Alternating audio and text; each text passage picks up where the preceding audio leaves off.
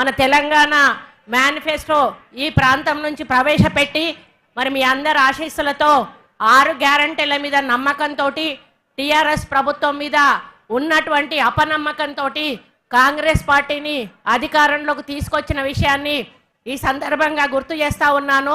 9.5 సంవత్సరాల అహంకార పాలనకు చరమగీతం పాడి ఇందిరమ్మ పాలన తెచ్చుకున్న ఘనత ఈ తెలంగాణ రాష్ట్ర ప్రజలది అని చెప్తా ఉన్నాను. 100 రోజుల్లోనే 5 గ్యారంటీలను అమలు చేసి అన్నింటినీ కూడా కేబినెట్లో ఆమోదం పొంది ఎలక్షన్ల తర్వాత మిగతా గ్యారంటీలను కూడా మీ ముందుకు రేవంత్ రెడ్డి గారి నాయకత్వంలో ఈ కాంగ్రెస్ ప్రభుత్వం ఇందిరమ్మ ప్రభుత్వం తీసుకురాబోతుంది అని చెప్పడానికి నేను గర్వపడతా ఉన్నాను. ఈరోజు 200 యూనిట్ల కరెంట్ ఫ్రీ కానీ 500కు గ్యాస్ సిలిండర్ కానీ మహిళల్లో ఉచితంగా బస్సు ప్రయాణం కానీ ఇటువంటి కార్యక్రమాలన్నీ ఇప్పటికే మనం అమలు చేసి ఉన్నాము. మరి ఈ విధంగా అమలు చేసిన సందర్భంలో ప్రజల్లో కాంగ్రెస్ పార్టీ మీద ఉన్నటువంటి ప్రేమతోటి ఈరోజు టీఆర్ఎస్లోంచి కానీ బీజేపీలోంచి కానీ పెద్ద ఎత్తున నాయకులు వచ్చి కాంగ్రెస్ పార్టీలో చేరుతున్న సందర్భంలో మరొక పక్క కేసీఆర్కి ఒక పక్క కేటీఆర్కి అటు అధికారం పోయింది అనేటువంటి ఫ్రస్ట్రేషన్లో ఒక పక్క ఉంటే ఈరోజు బీఆర్ఎస్ పార్టీ పూర్తిగా ఖాళీ అయిపోతున్నటువంటి ఫ్రస్ట్రేషన్ ఇంకొక పక్క ఉంది. మరి చాలా రోజుల తర్వాత అంటే నాకు కేటీఆర్ నోటీస్ ఇచ్చిన విషయం కూడా మీకు తెలుసు. నేనేమీ మాట్లాడలేదు ఆయన గురించి. అయ్యా న్యూస్ ఇట్లా వస్తూ ఉన్నాయి, నువ్వు ఇట్లా చేసినావు, మరి హీరోయిన్లను బ్లాక్మెయిల్ చేసినావు అనేటువంటి ఒక మాట చెప్పినందుకు మరి నాకు నోటీస్ పంపిండు కేటీఆర్. ఇదే వేదిక మీద నుంచి అదే కేటీఆర్ని అడుగుతా ఉన్నాను. నిన్న మీ అయ్య ప్రెస్ మీట్ పెట్టినప్పుడు నువ్వు ఎడమ పక్క రెండో మనిషిగా కూర్చొని ఉన్నావు. నీ అయ్య ఎటువంటి మాటలు మాట్లాడిండో ఒక్కసారి నువ్వు నీ చెవులతో విన్నావా అని అడుగుతా ఉన్నా.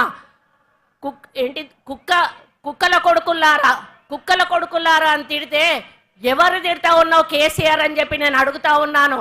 తెలంగాణ మహిళలను తిడుతున్నావా? కొడుకులు అంటే కుక్కల కొడుకులు అంటే ఆడవాళ్ళందరినీ కూడా కుక్కలు అని తిడుతున్నావా అని చెప్పి ఈ సందర్భంగా నేను అడుగుతా ఉన్నాను.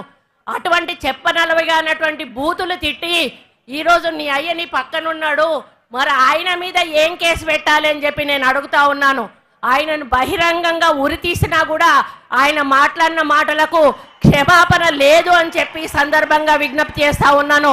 కాబట్టి ఇక్కడ ఉన్న సోదరులందరికీ ఒక్కటే విజ్ఞప్తి చేస్తా ఉన్నాను. నేనేం మాట్లాడకుండానే నాకు నోటీస్ ఇచ్చింది. కేసీఆర్ మాట్లాడిన మాటలకు మీరెంతమంది నోటీస్ పంపగలుగుతారో అంతమంది కూడా నోటీస్ పంపాలని చెప్పి సందర్భంగా ఆదేశిస్తా ఉన్నాను. కాబట్టి ఇప్పటికైనా కూడా టీఆర్ఎస్ నాయకులకు ఒక్కటే చెప్తా ఉన్నాను, హెచ్చరిస్తా ఉన్నాను.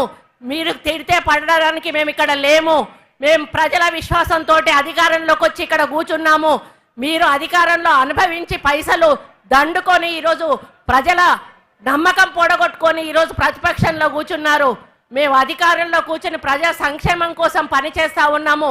మమ్మల్ని ఇక మీద ఒక్క మాట మాట్లాడినా కూడా మర్యాదగా ఉండదు అని చెప్పి ఆ చవటలకు, ఆ దద్దమ్మలకు, ఆ టీఆర్ఎస్ నాయకులు అందరూ కూడా చేతగాని వాళ్ళందరినీ కూడా హెచ్చరిస్తూ అందరూ నోరు దగ్గర పెట్టుకోండి, లేకపోతే భవిష్యత్తులో ప్రజలు మీకు తప్పకుండా గుణపాఠం ఇప్పటికే చెప్పారు. రేపు ఎంపీ ఎన్నికల్లో కూడా గుణపాఠం చెప్పబోతున్నారు అనే విషయాన్ని ఈ సందర్భంగా విజ్ఞప్తి చేస్తూ మనమందరం కూడా కాంగ్రెస్ పార్టీ గెలుపు కోసం కృషి చేసి 15 ఎంపీ స్థానాలను గెలిపించి సోనియా గాంధీ గారికి, రాహుల్ గాంధీ గారికి, ప్రియాంక గాంధీ గారికి బహుమతిగా ఇవ్వాలని కోరుకుంటూ మీ అందరికీ నమస్కారం తెలియజేస్తూ సెలవు తీసుకుంటా ఉన్నాను. జై కాంగ్రెస్.